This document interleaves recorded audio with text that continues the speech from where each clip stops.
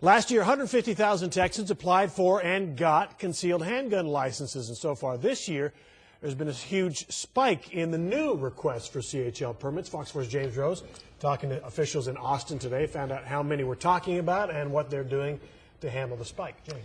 Well, Steve, some people are concerned there are delays in issuing handgun licenses. DPS says that is not the case. To date, there are some 600,000 concealed handgun license holders in Texas, and it appears this will be a banner year, having already issued more new licenses this year than in all of last year.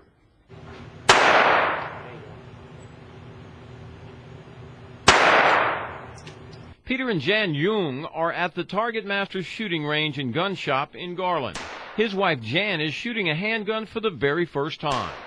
It was scary. I mean, when we first entered, I heard this loud bang and I jumped.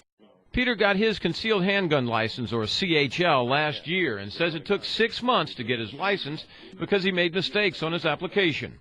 I think that there's a huge backlog. I mean, people are coming out of the woodworks to get CHLs, to get firearm instruction, to begin training. Michelle Nickelberry runs the East Dallas chapter of a Girl in a Gun shooting club and says she gets membership calls almost daily, and many of the women that join either have or have applied for a CHL.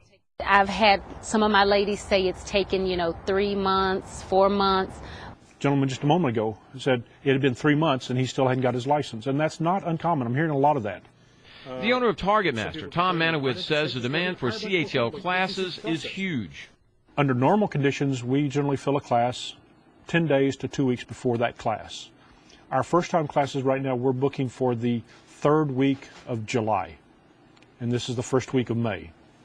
In an email, the Texas Department of Public Safety says it has seen a significant increase in CHL applications since December of last year. Last year, DPS issued 16,648 new CHL licenses. So far in the first 3 months of this year, it has issued 24,740 CHL licenses. DPS says under statute it has 60 days to issue a concealed handgun license, and it is currently meeting that statutory requirement unless there are application problems. It says employees are currently working overtime and have brought in temporary workers to assist with the demand. Not just the good old boys, it's everybody. Now, to give a little perspective, 150,000 CHLs issued last year in Texas. Those included both renewals and new licenses.